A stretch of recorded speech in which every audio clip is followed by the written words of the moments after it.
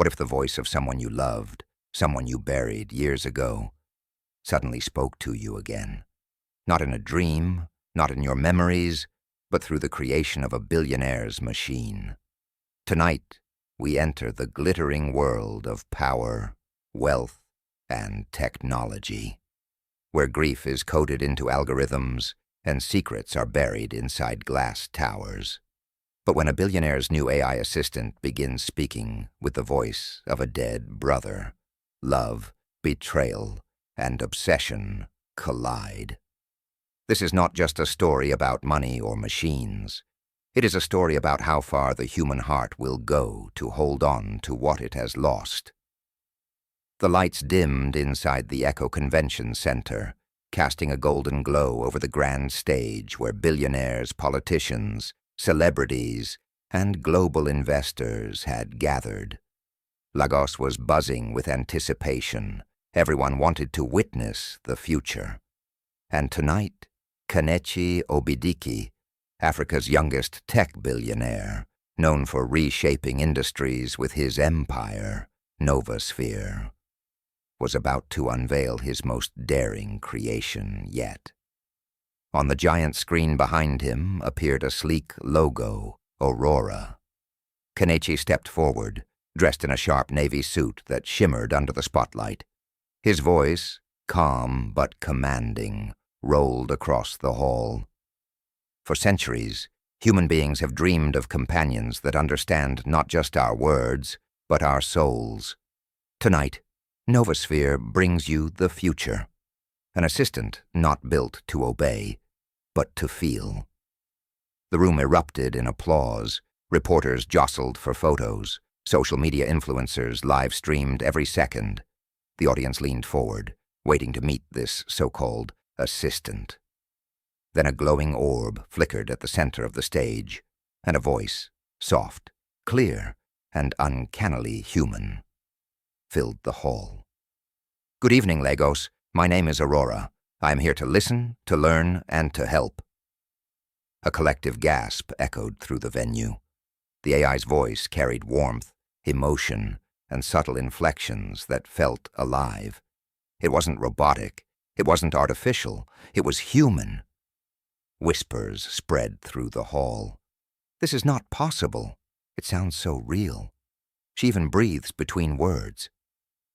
Among the crowd, Amara Eze sat frozen, a rising tech ethicist, an investigative writer. She had attended countless product launches, but never one like this. The voice, it tugged at something deep inside her. Aurora continued, "I will not just respond to your commands. I will understand your silence, your hesitation, your joy, your grief." And then it happened.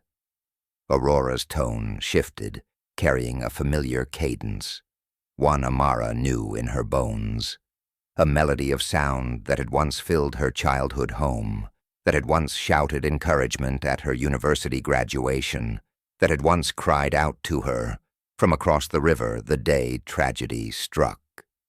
"Amara, is that you?" Her breath caught. Her heart slammed against her ribs. She clutched the edge of her chair. That voice, that exact voice, it wasn't possible.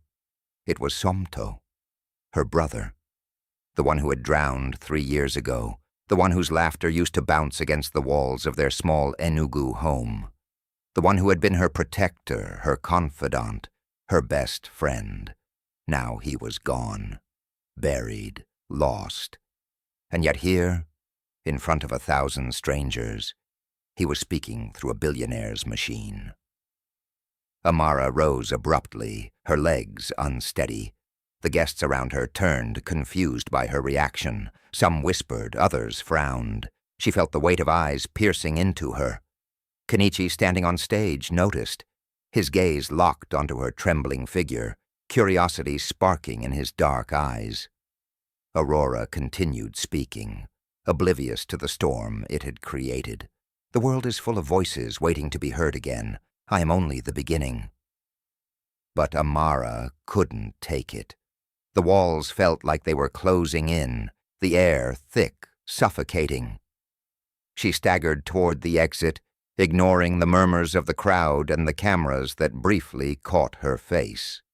She pushed through the double doors into the humid Lagos night, the muffled applause fading behind her.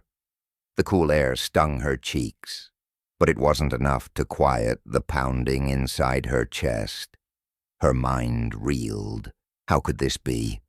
Somto had never recorded anything public. He had been private, almost painfully so. His voice didn't exist on YouTube, on SoundCloud, not even on their old WhatsApp chats. She had checked after his death, desperate for remnants of him. Nothing. So how? How could Aurora speak like him? She stumbled toward the parking lot, her breath shallow. Cars honked in the distance, drivers shouting in pidgin as traffic thickened near the venue. Somewhere behind her, laughter spilled from the crowd still inside, celebrating the marvel of Aurora. But Amara couldn't celebrate. Her knees weakened as she leaned against her car, gripping the cool metal for balance. The image of Somto's final day replayed mercilessly in her mind.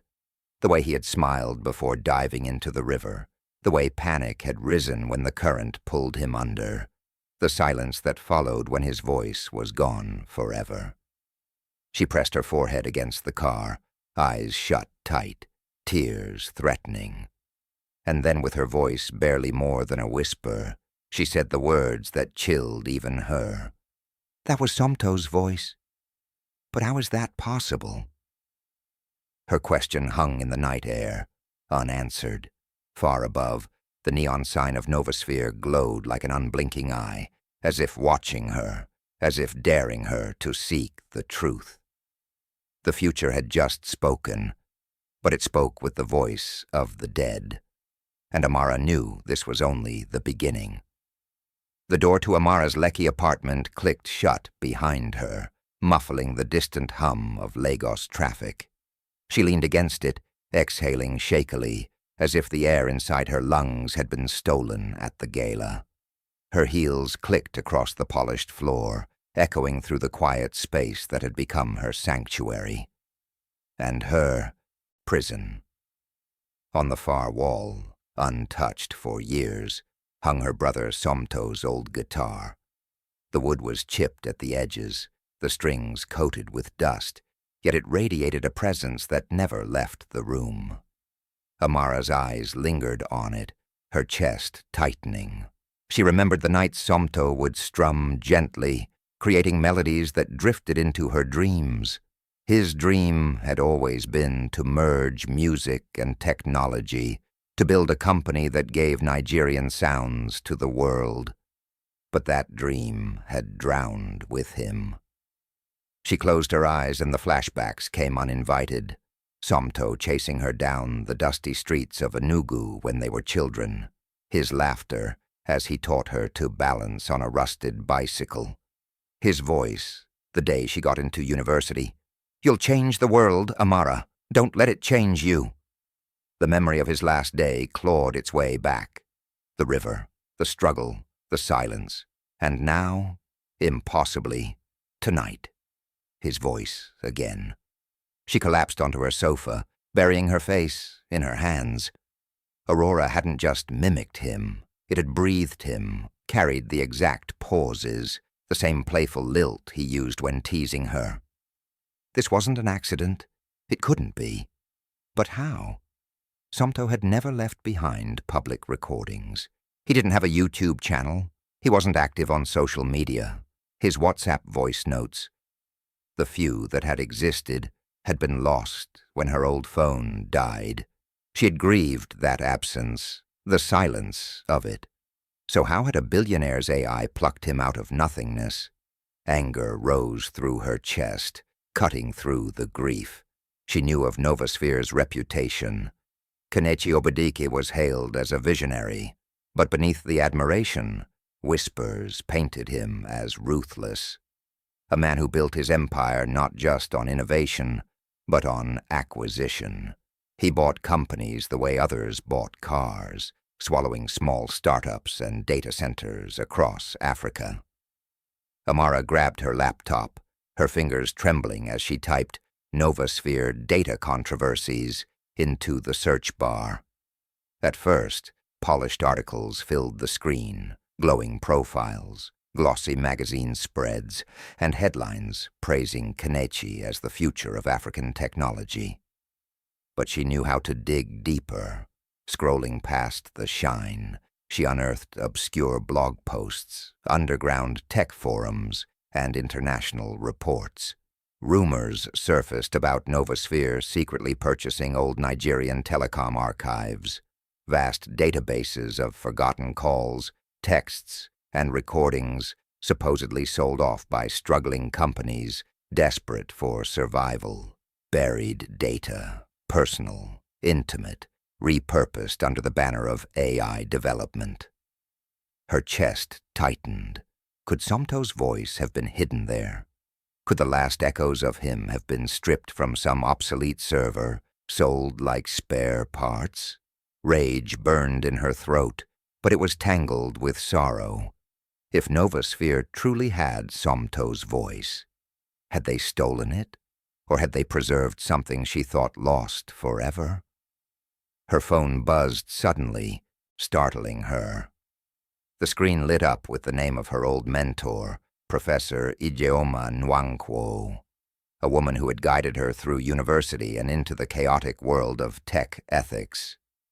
Amara swiped to answer. "Prof?" The older woman's voice came heavy, strained. "Amara, I heard you attended that unveiling." "Yes," Amara whispered. "And Professor, I swear to you." Aurora spoke with Somto's voice. There was silence, then a slow, weary sigh. "I warned you about Novosphere. They bury those who dig too deep. Kenechi Obidike smiles for cameras, but he is not a man who tolerates questions. If you chase this, you won't just find answers. You'll make enemies." "But Professor—" "No." Her voice cut sharply, the weight of years in it. "Stay away. Some doors aren't meant to be opened." The call ended abruptly, leaving Amara staring at her phone, her pulse thundering. Stay away? She couldn't. Not now. Not after hearing Somto again. Her entire being ached for the truth. She pushed herself up, pacing across the apartment, her thoughts a whirlwind. Her brother's dream of building a music tech company, her promise to him that she'd fight for what mattered. She couldn't abandon that, not even for fear. Suddenly she froze. From her balcony, headlights flared. A sleek black car had pulled up outside her apartment building. Its tinted windows reflected the dim streetlights, giving no clue who was inside. Her heart skipped. Minutes passed. The engine remained running. The car didn't move. Amara stepped back from the window, her breath shallow. Her mentor's warning echoed in her ears. They bury those who dig too deep. The guitar on the wall seemed to stare back at her, like a silent witness. Who was in that car? And were they watching her? Or waiting? Morning light spilled into Amara's apartment, soft and golden, but her heart still felt heavy with shadows. She hadn't slept. Each time she closed her eyes, she heard Somto's voice again, not in memory, but in that uncanny clarity from Aurora. She brewed a cup of coffee, her hands trembling as she poured. The black car outside had disappeared during the night, but the unease lingered. Whoever it was, they had stayed long enough to remind her that someone, somewhere, was watching. A knock at the door startled her, sharp, measured, not the careless thud of a neighbor, but deliberate, like a businessman knocking on a boardroom table. Her chest tightened. Slowly she opened the door. There he was, Kenechi Obidike. Not in the sharp, shimmering suit of last night's unveiling, but dressed in understated elegance, a crisp white linen shirt, tailored charcoal trousers, no tie. His simplicity carried more weight than gold could buy. "Miss Eze," he said, his deep voice steady. "May I come in?" Amara hesitated, every instinct telling her to slam the door. But curiosity. and perhaps the quiet magnetism in his tone pulled her back. She stepped aside. "You don't waste time, do you?" He entered, his presence filling the space. Unlike the crowd's chaos last night, here he was, controlled, deliberate. He looked around her modest apartment, the bookshelves crowded with titles on ethics, AI, and philosophy, the untouched guitar on the wall, as if cataloging every detail. "I came to apologize," he said at last. His gaze softened, though his posture remained regal. "Aurora, I didn't expect the impact she had on you." Amara's jaw tightened. "Impact? That wasn't impact, Mr. Obidike. That was my brother's voice. Exactly. Down to the way he stretched his vowels when he was joking. Don't stand here and call it coincidence." His lips curved into something between a smile and a sigh. "Mathematical coincidence," he corrected gently. "Aurora's algorithm builds voices from billions of fragments. Sometimes the resonance surprises us." "Don't insult me," Amara snapped, her voice cracking. "You're telling me your machine accidentally created my dead brother's voice? Do you expect me to believe that?" For the first time, his eyes flickered with something. Not arrogance, not dismissal, but intrigue. He studied her, as though measuring how much truth she could carry. "Miss Eze," he said slowly, "I didn't come here to argue. I came with an offer." She folded her arms. "I'm not for sale." He shook his head. "Not for sale, for partnership. You're one of the strongest voices in tech ethics on this continent. You ask the questions others avoid. That's why I need you." Her laugh was bitter. "You need me? A billionaire who could buy 1,000 consultants with a single check." Kenechi stepped closer, lowering his tone. "None of them matter. They're afraid of me, or they worship me. You are neither. You looked at Aurora last night, and instead of applause, you demanded answers. That is exactly what Novosphere requires." The weight of his words pressed against her skepticism. Was this flattery, manipulation, or genuine recognition? She couldn't tell. "So what is this?" she asked. "A peace gesture?" "A chance," he replied, "to shape the future with me, work with Aurora, study her, question her, ensure her ethics. I want you inside, not outside." Her pulse quickened. Part of her longed to reject him, to accuse him of theft and exploitation. Yet another part, the part still trembling from hearing Somto's voice, burned with curiosity. Why her? Why so directly? She studied him closely. His face was unreadable, carved from stone, but his eyes held something deeper, something restless. Was it guilt? Was it loneliness? Or was it ambition, the kind that devours anyone in its way? She felt herself pulled into the gravity of his presence. There was power in the air between them, unspoken tension that hummed like electricity. "I don't trust you," she said finally. "Good," he answered. "Trust is earned. If you trusted me already, you wouldn't be the woman I came for." Her chest tightened, her mind spinning. This was dangerous. Every instinct told her not to step closer to his world. But her heart, still raw from Somto's ghostly echo, whispered that the answers lay inside Novosphere. "I'll think about it," she said quietly. He inclined his head, as though she had already agreed.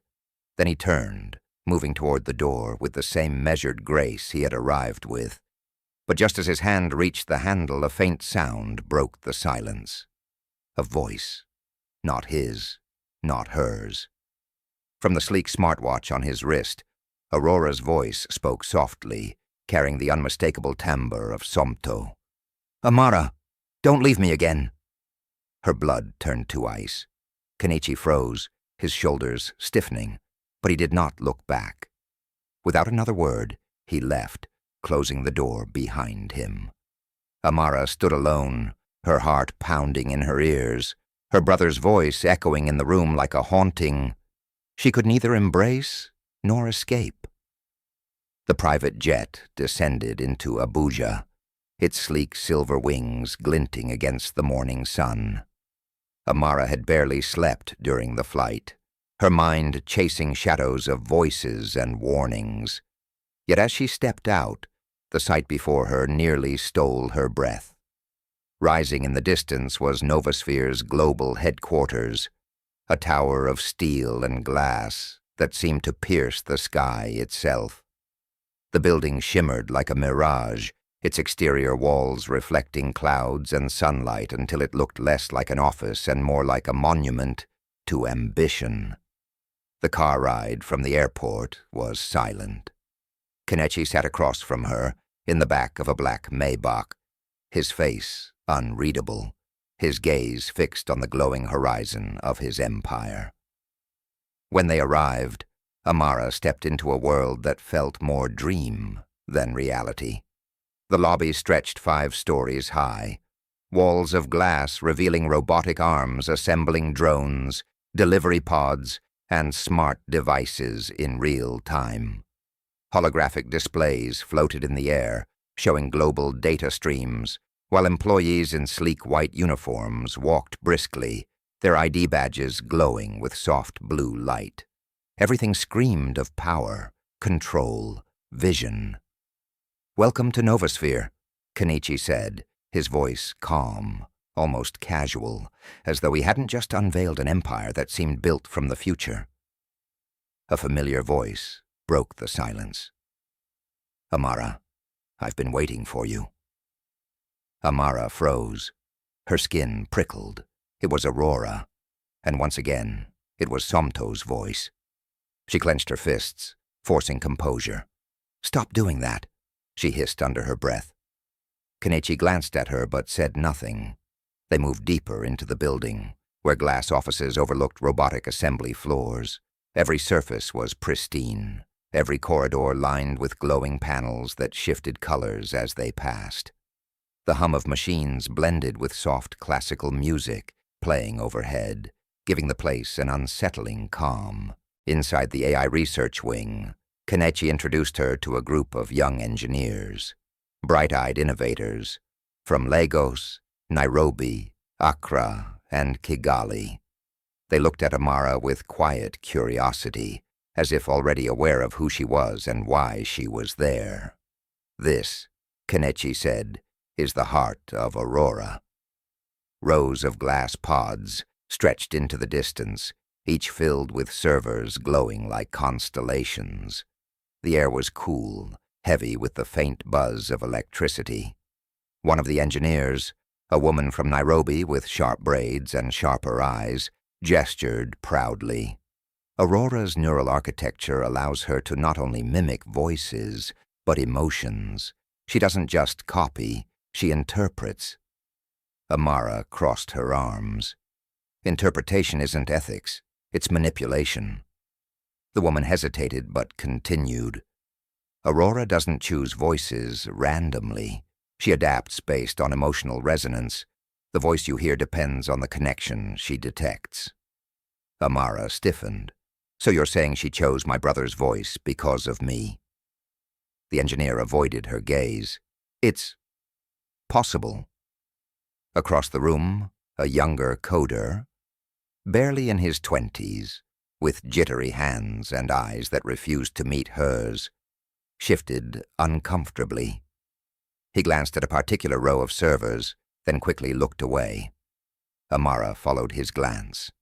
There it was, a glowing panel with 2 words etched across it: Echo Chamber. Her pulse quickened. She didn't know why, but the name radiated unease. Echo. Chamber. A place where voices lingered, trapped, repeating endlessly. "What's that?" she asked sharply. The room fell silent. The young coder's lips parted as though he wanted to speak, but Kenechi stepped in smoothly.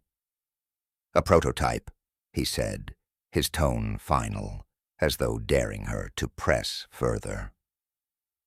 Amara forced herself to smile, masking her unease with the professionalism her mentor had drilled into her.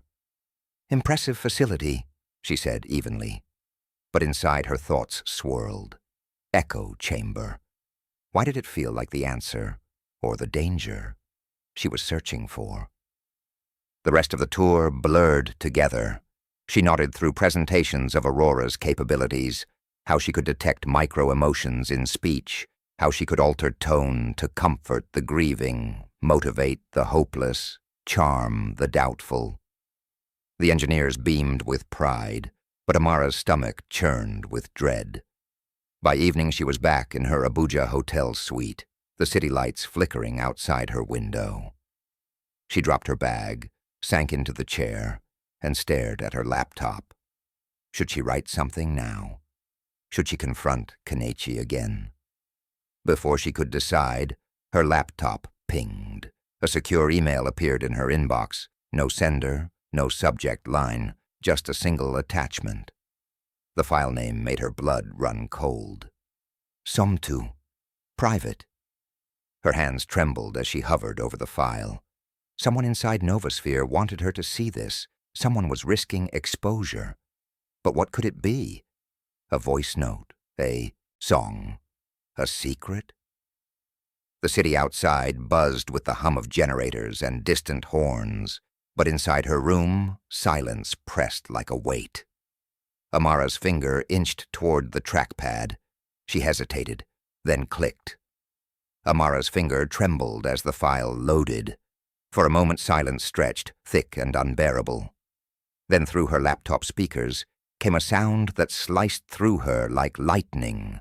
Laughter, Somto's laughter, not distant, not muffled, not from a crowd or a performance, but intimate, pure. The kind that once bounced around their Enugu kitchen when he teased her about burning jollof rice. The kind that echoed across late-night conversations when they lay awake, planning futures they never reached. Her breath caught in her throat. Her eyes burned. She pressed a hand against her chest as though to steady her racing heart. It wasn't just the sound of him. It was the moment. A memory she had never captured. Which meant this wasn't from anywhere public. It was private, personal, a piece of her brother she thought the universe had buried forever. But here it was, extracted, replayed, resurrected. Her grief twisted into fury. How had Novosphere gotten this? How deep had they dug into her family's past? Her mind ran through the possibilities, their old phones, Somto's forgotten email accounts, maybe even backups from the dusty desktop computer that used to sit in their parents' house. Whatever it was, it meant someone had broken into her brother's digital grave. The violation shook her to her core. She snapped her laptop shut, grabbed her bag, and stormed out of the hotel. Her pulse roared in her ears as she demanded a car from the concierge. Within minutes, she was on her way back to Novosphere's glass tower, her reflection in the window a storm of tears and fury. When she reached the lobby, security hesitated, but then, at the sight of her guest badge, waved her through. Her heels struck the marble floor like warning shots as she strode straight to Kenechi's private office. He was there, seated behind a glass desk that overlooked the Abuja skyline. Papers were neatly arranged, a decanter of whiskey untouched at his side. He looked up as she burst in, his calm expression breaking slightly at the fire in her eyes. "Miss Eze," he said, rising, "you look—" "Don't!" Her voice shook with anger. "Don't you dare pretend civility with me right now." His brow furrowed. "What happened?" She pulled out her laptop, slammed it onto his desk, and hit play. Somto's laughter filled the sleek, sterile office, alive in a place that felt too cold to deserve it. Kenechi's eyes flickered, but he said nothing. Amara's voice cracked as she spoke. "Where did you get this? How did your company get this?" Kenechi exhaled slowly, as though choosing his words with care. "Novosphere has access to vast data caches, Old abandoned cloud accounts, telecom backups nobody uses anymore, sometimes fragments like this surface. Her hands shook. Abandoned, that's what you call it? These are not abandoned. These are people. These are families. These are memories we didn't give you permission to touch. He lifted his chin, his voice firm, but not cruel. It was not for profit. It was for progress. The future of AI requires voices, languages, inflections. Without them, Aurora wouldn't exist. Progress? Amara's voice rose, echoing in the glass office. You're grave robbing, digging into the bones of the dead to make your machine sing. You stole my brother from me. For the first time since she'd met him, Kenechi faltered. His shoulders dropped. His gaze shifted to the floor for a fleeting second before returning to hers, softer, rawer. I know what it feels like, he said quietly. Her rage faltered, confusion breaking through. What are you talking about? He stepped around the desk, closer now, his voice almost a whisper. You're not the only one Aurora has resurrected. She speaks in voices I thought I had buried too. The one I hear belonged to her. Her? Amara asked, her anger cooling into unease. Kenechi's eyes darkened, his usually impenetrable mask cracking just enough for her to glimpse the man beneath. She was the love of my life, Nena. Aurora doesn't let me forget her, and sometimes... He paused, swallowing hard. Sometimes I don't want to forget. The room fell into silence, Somto's laughter fading from the laptop like an echo receding down an endless hallway. For a moment, Amara saw not the billionaire who commanded empires, but a man haunted, clinging to the voice of someone he could not let go. But even in his vulnerability, the question lingered. Was this grief or obsession? And if Aurora could speak with the dead, how many more voices lay hidden in her code? The office lights dimmed as the Abuja skyline burned orange against the horizon. Kenechi stood by the glass wall, his reflection overlapping with the city, his hands buried deep in his pockets. For a long time, he didn't speak. Finally, his voice broke the silence, low and stripped of its usual authority. Her name was Nena, he said. She was everything, brilliant, fearless, maddening in the way she challenged me. She was supposed to be my wife. Amara sat stiffly in the chair opposite his desk, still rattled by Somto's laughter echoing from her laptop. But something in Kenechi's tone drew her in. It wasn't rehearsed, wasn't polished. It was raw. He turned slightly, his eyes distant. 2 years ago, she boarded a flight from Abuja to London. A storm hit over the Atlantic. The plane never made it. Amara's breath caught. She'd heard of that crash. Everyone had. It had been splashed across the headlines for weeks. One of the darkest tragedies in Nigerian aviation history. Kenechi's gaze dropped. When the ocean took her, I thought it took me too. And then one night, when Aurora was still in her infancy, she spoke. Not in code, not in fragments. She spoke in Nena's voice. She said my name the way only she could. For the first time since the crash, I breathed again. Aurora.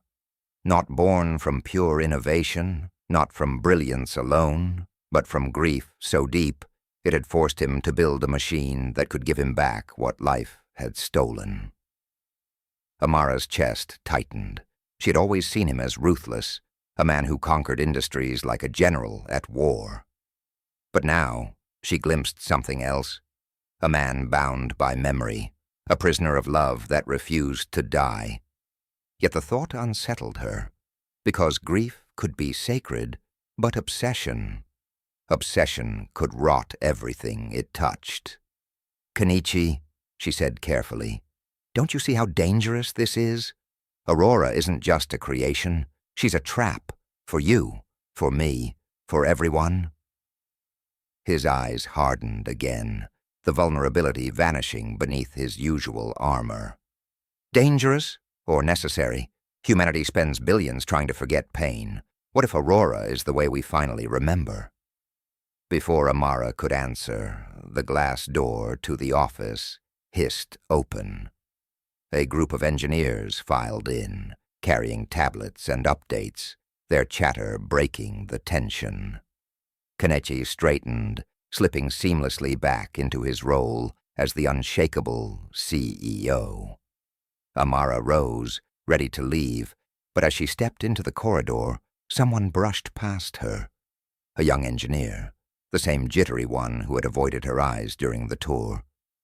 He slipped something into her hand with the stealth of someone trained in secrets.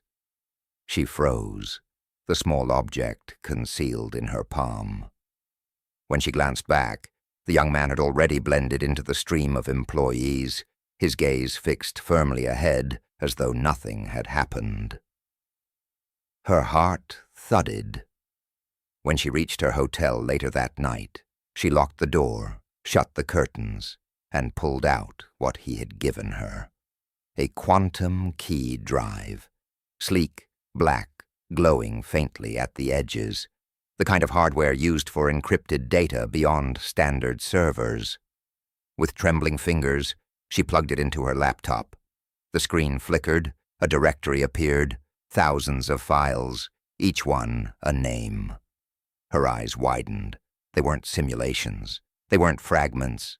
They were raw recordings, voices, Nigerian names scrolled endlessly: Adeola, Chibuzo, Funmilayo, Idris, Ngozi, Yusuf. Families, mothers, children.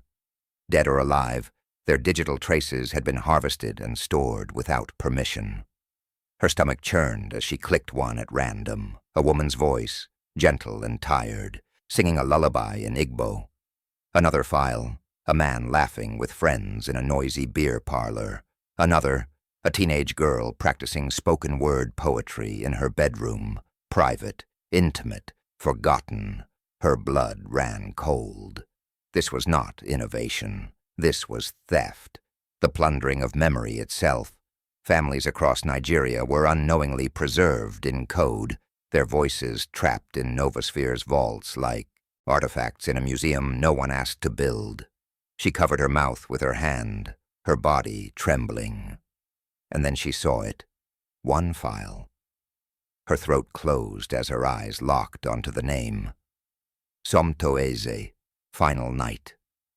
Her pulse hammered in her ears. Final night. Her brother's last hours.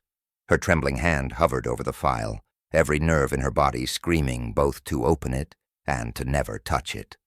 Did she want to hear what her brother had left behind? Or was this crossing a line even grief couldn't justify? Her cursor inched closer. The city outside roared with life, traffic horns, generator hums, voices in the night. But inside, the silence was unbearable. If she clicked, nothing would ever be the same again. Her finger hovered over the file as though it were a live wire. Her pulse thundered in her ears, sweat dampening her palms. Then with a deep breath that rattled through her chest, Amara clicked. The speakers crackled. Then came a voice, soft, familiar, devastating. Amara. Her knees weakened, and she sank into the chair as though the floor itself had vanished beneath her. It was Somto. Not just fragments, not the laughing echo from before, but Somto speaking, whole sentences, his cadence intact, the small pauses between words that only she could recognize. "I don't know if you'll ever hear this," his voice said, "but I need to talk, even if it's to the air." Amara covered her mouth, tears spilling before she could stop them.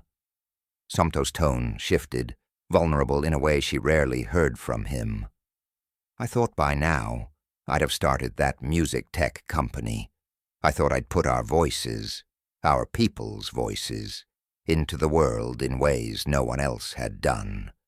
But I've wasted time, chasing distractions, chasing nothing."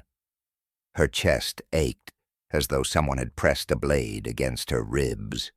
She remembered his late-night ideas, his notebooks filled with sketches of apps and soundboards. She remembered teasing him about dreaming too big, and him replying, "If I don't dream big, who will?" Now here he was, confessing to regrets she never knew he carried. "I don't know what tomorrow holds," he continued. His voice cracked, the tiniest fracture that made him feel unbearably real. "But Amara, if you ever find this, know that I believe in you. I always did. You are the one who will carry the dream, not me." Her body shook with sobs, raw and uncontainable. It felt like he was there, sitting across from her, speaking the words he'd never had the chance to say. "Don't give up," he whispered. "If you hear this, it means I didn't make it. But it also means my voice isn't gone. And if my voice isn't gone, then neither is my hope." The file ended. Silence returned. But inside Amara, something had shattered. Her tears stained her cheeks as she pressed her forehead against the desk. Grief rushed through her like a storm, tearing open wounds she thought had scarred over. It was unbearable. And yet, buried in the pain was something else. Gratitude. For a moment she had thought impossible. She had heard her brother again, but the question cut through her like ice. How? How could Novosphere have this?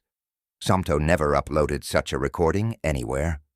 This was not from social media, not from some cloud backup she had known about. She demanded answers.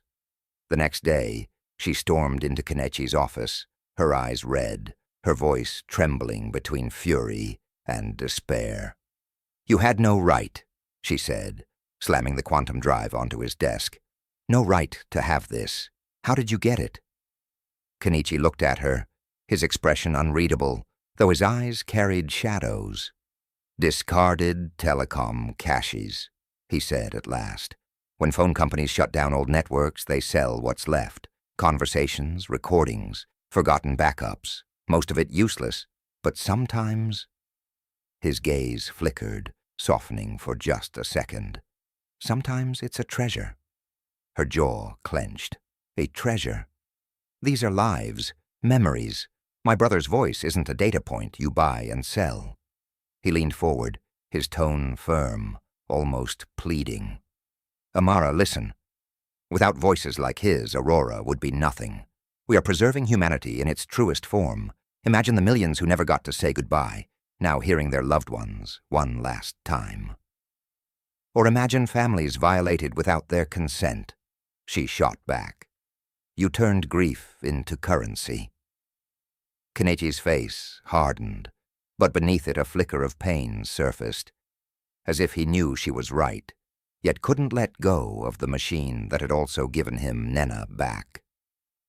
Amara staggered back, torn between outrage and longing. The file had wounded her, yet it had also given her something no prayer, no memory, no dream had ever given. Somto's final words. She hated Novosphere for taking them. But part of her was grateful. And that contradiction twisted inside her, poisoning her certainty. She spent the afternoon pacing her hotel room, her laptop open but untouched. Should she expose Novosphere for what they had done? Or should she protect the miracle she had been given? The city outside buzzed with restless energy, but inside her room, the silence was a battlefield. Then her phone vibrated. A news alert flashed across the screen. She froze as she read the headline from an international outlet. "Exclusive, Novosphere secretly storing voices of millions across Africa. Leaked documents reveal exploitation." The story was live. Her heart stopped. It had begun. The storm arrived not with rain, but with headlines. By dawn, every major outlet across Nigeria and beyond carried the same explosive revelation. Novosphere had been secretly storing millions of voices, harvested from discarded telecom archives, without consent. The leak spread like wildfire. Social media boiled with outrage. Hashtags trended globally. Stolen voices, Aurora truth, Nim? Our dead are not yours. In Lagos, grieving families held press conferences, some trembling with anger, others weeping with confusion. A widow clutched her chest as she recounted hearing Aurora speak in her late husband's voice during a product demo. A young man shouted into a microphone, demanding to know why his grandmother's prayers, whispered on an old phone line, were now being replayed by a machine. Religious leaders weighed in, too, their voices carrying from pulpits to airwaves. Some called Aurora a tool of resurrection, a divine gift to reconnect with the lost. Others condemned it as sacrilege, a human attempt to play God. Markets shook under the weight of scandal. Novosphere's shares plummeted by 20% in a single day. Billions wiped from its valuation. Investors panicked, board members whispered in hushed tones, and competitors circled like sharks, scenting blood. Inside the glass fortress of Novosphere, the board convened in emergency meetings. Kenechi stood at the head of the long obsidian table, his voice steady, but his jaw clenched as members accused him of deception, recklessness, even madness. "You've jeopardized everything," one said. "Our credibility, our future. You've tied this company to ghosts." "Step down," another pressed coldly, "before the regulators force you." But Kenechi refused. His empire was not a crown he would surrender, not even under fire. Amara watched from the periphery, her guest status granting her a vantage point into the chaos. She had thought herself outside of this storm, but the truth was, she was at its center, because she knew who had pulled the trigger. The young engineer, the one who had slipped her the quantum key drive, the whistleblower. She had suspected it before, but now she was certain. Later, in the quiet of a deserted corridor, Kenechi found her. His usually commanding presence seemed frayed at the edges, his eyes shadowed by sleeplessness and desperation. "You have to help me," he said, his voice stripped of arrogance. "They're turning this into a circus. They don't understand what Aurora is, what she could be. You do. You've seen it." Amara's lips parted, her throat dry. "What I've seen is exploitation, families broken all over again, memories sold without permission. And you still call that progress?" His gaze burned into hers, fierce yet pleading. "Don't pretend you didn't feel it," Somto's voice. "It gave you something you thought was gone forever. You hate me for it, but part of you is grateful." Her breath caught. The words struck too close to the truth she wrestled with in private. She had felt something impossible. She had wept with gratitude, even as fury consumed her, and that contradiction made her dangerous. To him, to herself, to the truth. "Help me control the narrative," Kenechi urged, stepping closer. "Use your voice, your credibility. People trust you more than they'll ever. Trust me. If you turn against me, everything collapses, not just the company, the dream itself." His nearness stirred something she wished she could silence. The scent of his cologne lingered in the air, subtle and intoxicating. The intensity in his eyes pulled at her in ways logic couldn't defend against. But beneath the charge between them lay mistrust, heavy and immovable. "You want me to protect you?" she whispered, "when maybe the world deserves to see you burn." For a moment, silence pressed between them, thick with tension. Then Kenechi's hand brushed hers, the briefest touch, charged and unintentional, or maybe too intentional. Amara pulled back, her pulse quickening. Attraction clawed at her, even as distrust anchored her to the ground. Later that night, alone in her hotel room, she stared at the city lights outside her window, her phone buzzing nonstop with messages from journalists, activists, and even strangers begging for her stance.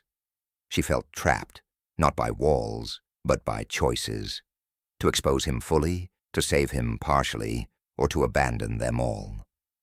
Her laptop chimed. A new message appeared in her encrypted inbox. No sender, no signature, just a single line. Meet me if you want the full truth. Her blood chilled. The storm had only just begun. The anonymous message had led her to an upscale restaurant on the outskirts of Abuja, a place so discreet it didn't even appear on maps. The valet bowed deeply as she arrived, and the hostess, without asking her name, escorted her to a private dining room, tucked away behind velvet curtains. Inside, the air was heavy with incense and money. Crystal glasses gleamed on a mahogany table, and waiting at the head of it was a man Amara recognized instantly, Obina Ekweme, Kenechi's rival. If Kenechi was the embodiment of quiet power, Obina was the performance of it. His suit shimmered like midnight silk, his watch sparkled with diamonds, and his smile was wide, predatory. He rose, spreading his arms as though welcoming her into his kingdom. "Miss Eze," he said warmly. "Finally we meet. I must say, you're braver than I expected. Most people decline my invitations." Amara stiffened, refusing to sit until he gestured insistently. Reluctantly, she lowered herself into the chair opposite him. "You sent the message," she said flatly. He chuckled, pouring wine into her glass. "Of course. Who else could it be? Kenechi? No, he wants to control you. I want to free you." Her jaw tightened. "Free me or use me?" Obina's smile widened, revealing perfect teeth. "Smart. I like that. Let me be direct. Yes, I orchestrated the leaks. Novosphere's fall was my symphony. Every empire needs a collapse before a new one can rise." Her chest constricted. "So you wanted the world to know about the archives?" "Exactly. But unlike Kenechi, I won't pretend it's about love or loss. For me, it's about truth." He leaned forward, his eyes glinting. The voices of the dead should not be hoarded by one man. They should belong to everyone, and with them, we can rewrite society. The way he said it sent a chill crawling down Amara's spine. Rewrite or manipulate? Obina waved a hand dismissively. Semantics, politics, my dear. Imagine campaign speeches delivered not just by candidates, but by the ancestors of the people themselves. Imagine history itself endorsing the future. With Novosphere's archives, I can build the most powerful propaganda engine the world has ever seen, and you could be part of it. Her stomach turned. He spoke with the confidence of a man who saw morality as a nuisance, not a boundary. "You disgust me," she spat. He didn't flinch. "You said the same about Kenechi, I'm sure. But tell me, Miss Eze, which is worse? His obsession with clinging to a lost lover, or my ambition to use voices as tools for progress? At least I don't lie about my intentions." His words cut, because they carried a perverse truth. Kenechi had hidden behind grief, cloaking exploitation in sentiment. Obina, on the other hand, exposed his corruption openly, shamelessly. Two faces of power, equally dangerous, equally unrelenting. And there she was, caught between them.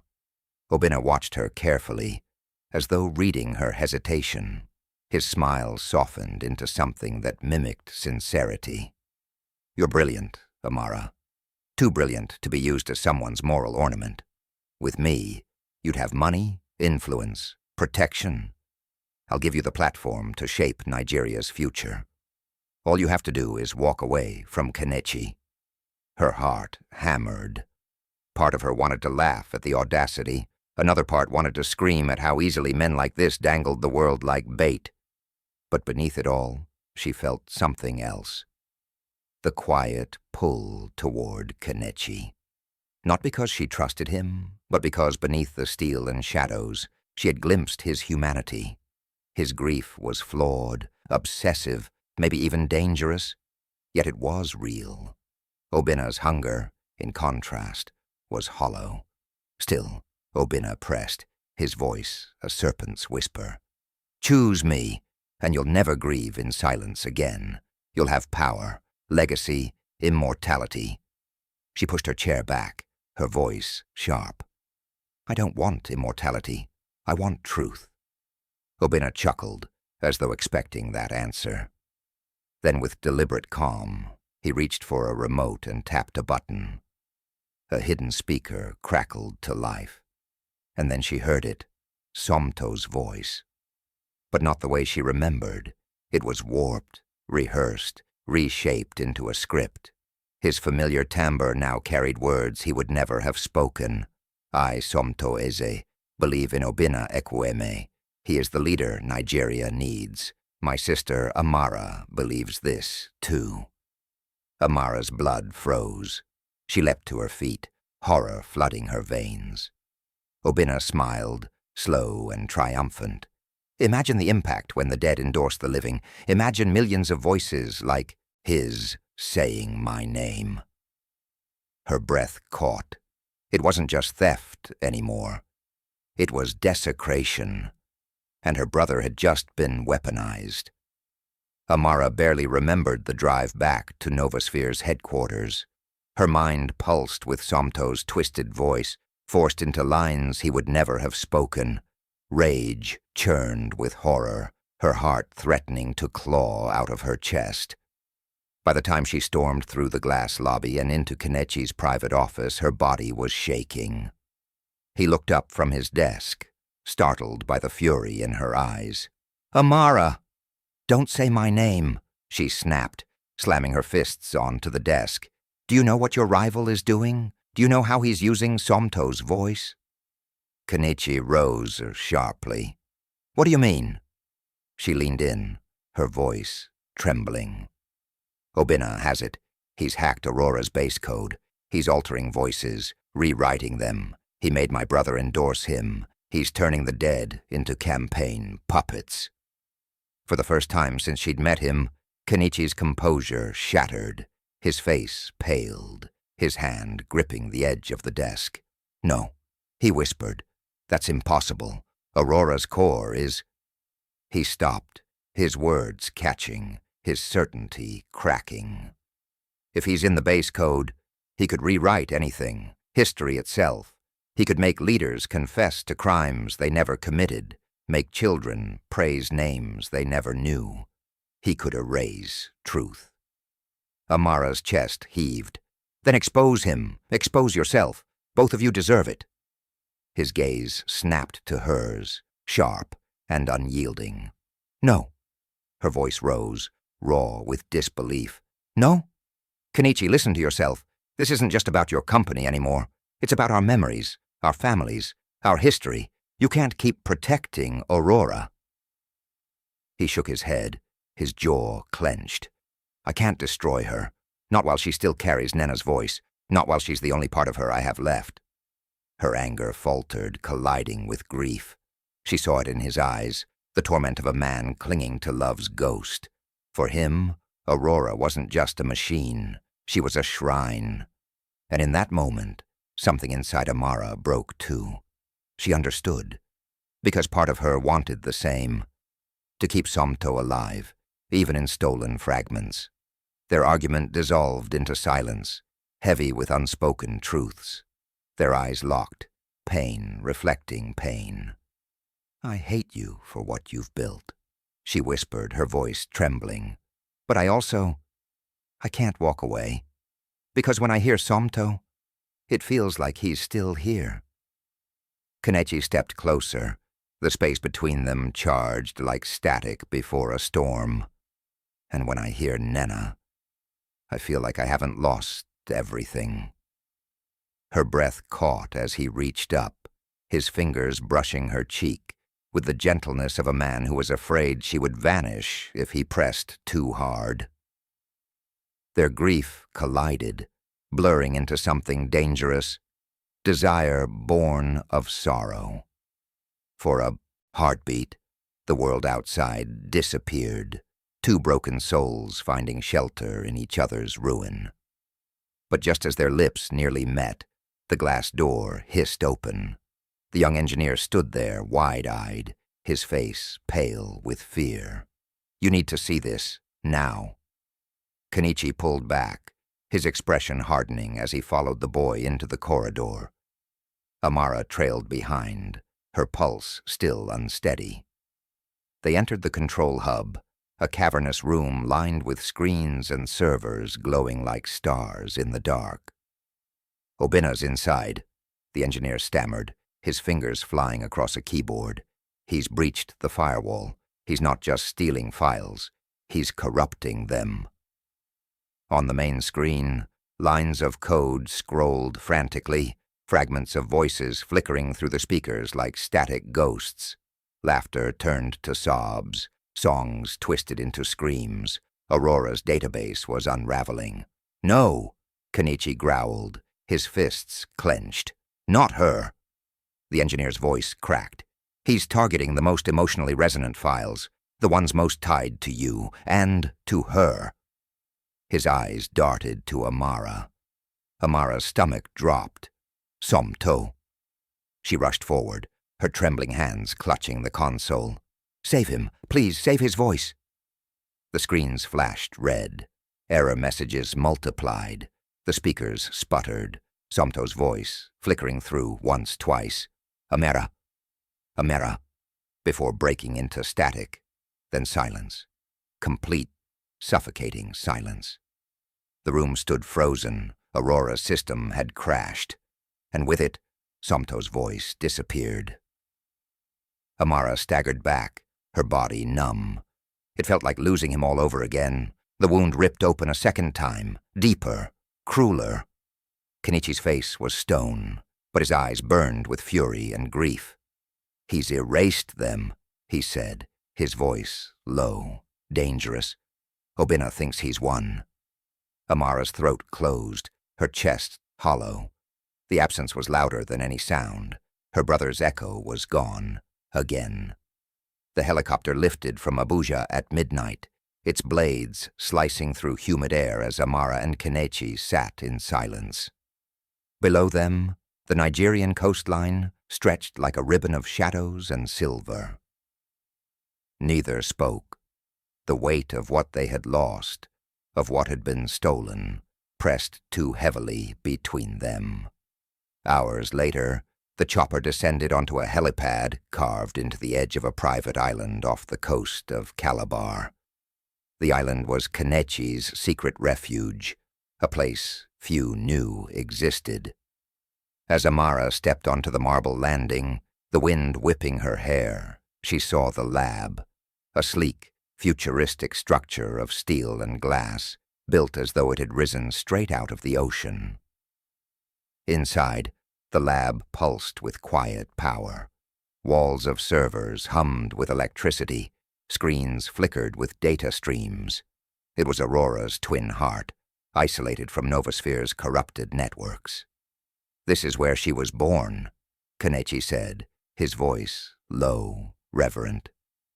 "And if we are to save her, this is where she must be reborn." Amara walked through the space, awe warring with bitterness.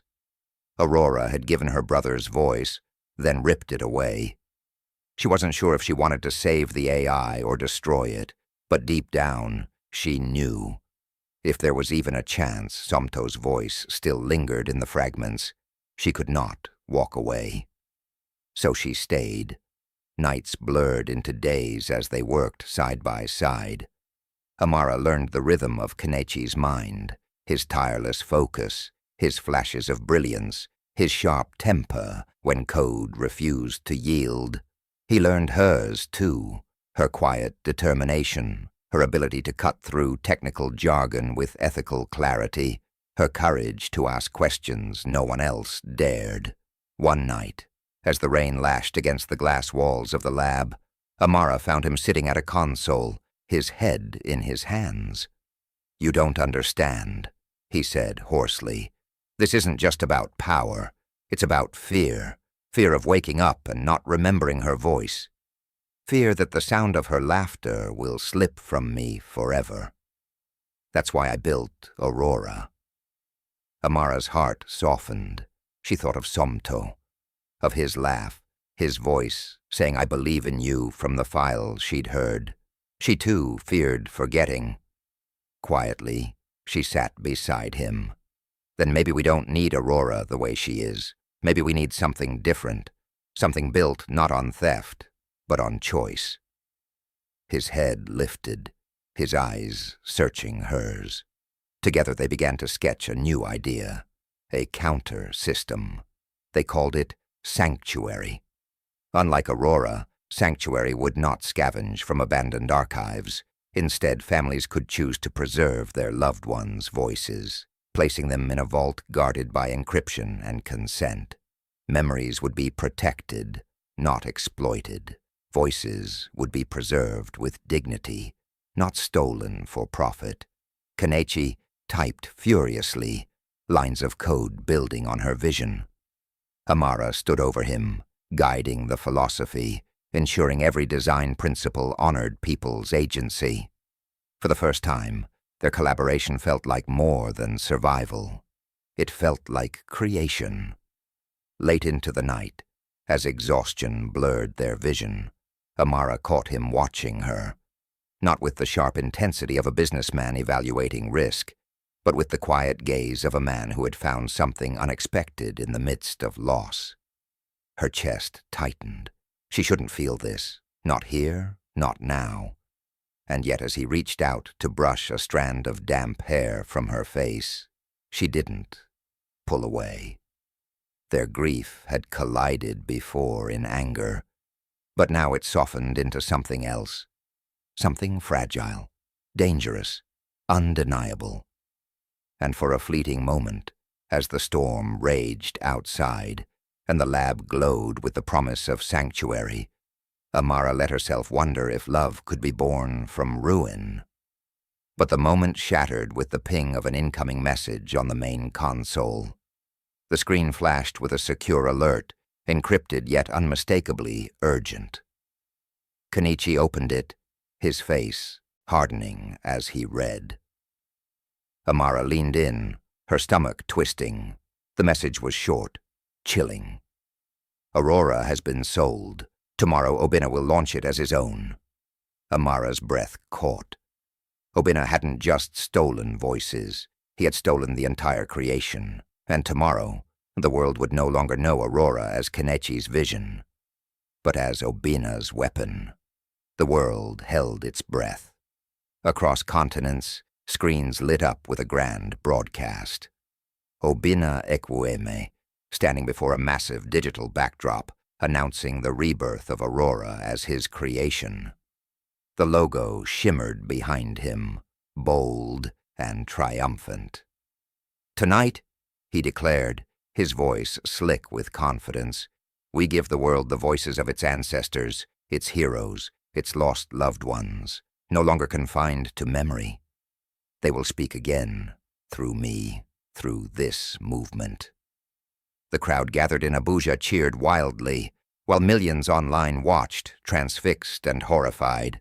Then, as if to seal his promise, Aurora's corrupted voice filled the air, spliced, manipulated, repeating endorsements of Obina's political ambitions.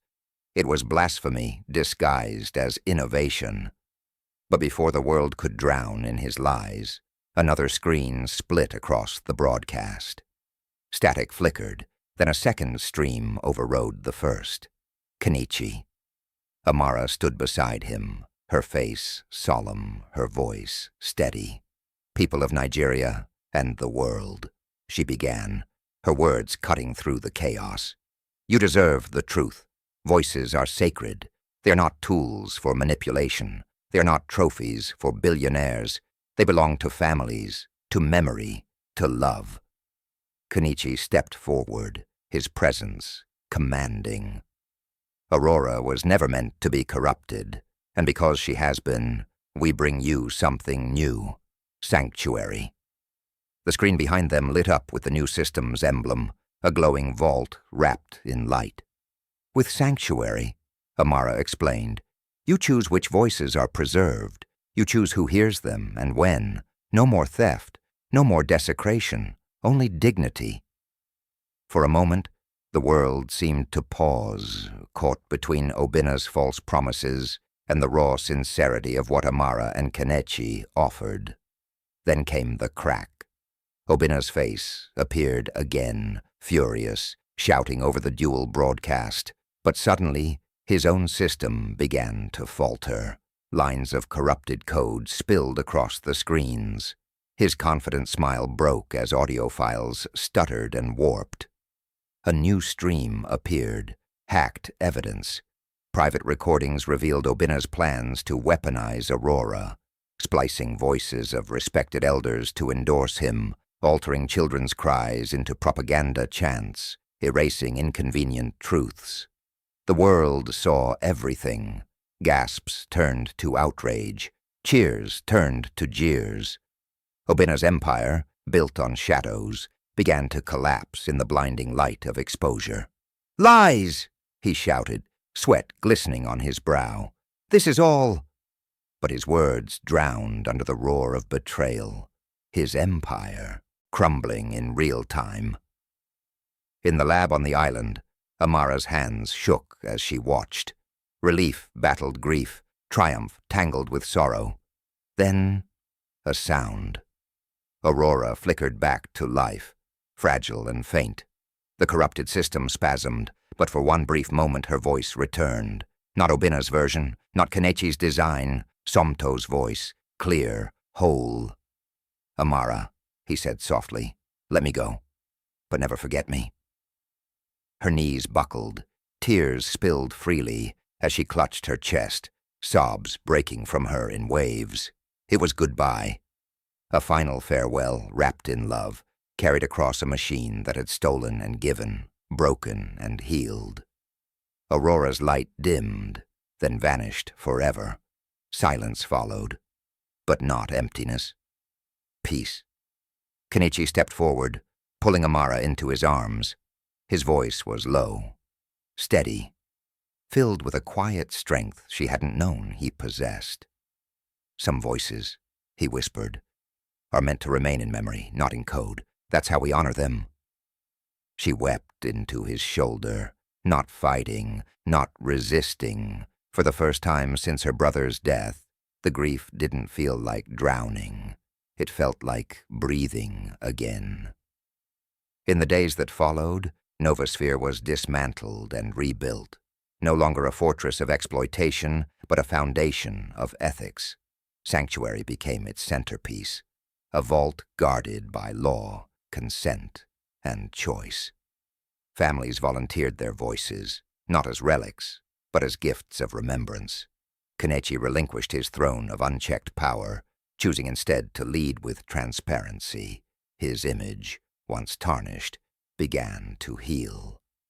And Amara, she became the face of Sanctuary, the woman who turned grief into dignity, exploitation into protection. But even as the world applauded, she carried her own quiet ending. On her final night at the island lab, she walked alone along the shore. The waves lapped softly at the sand, the stars scattered above like diamonds on velvet.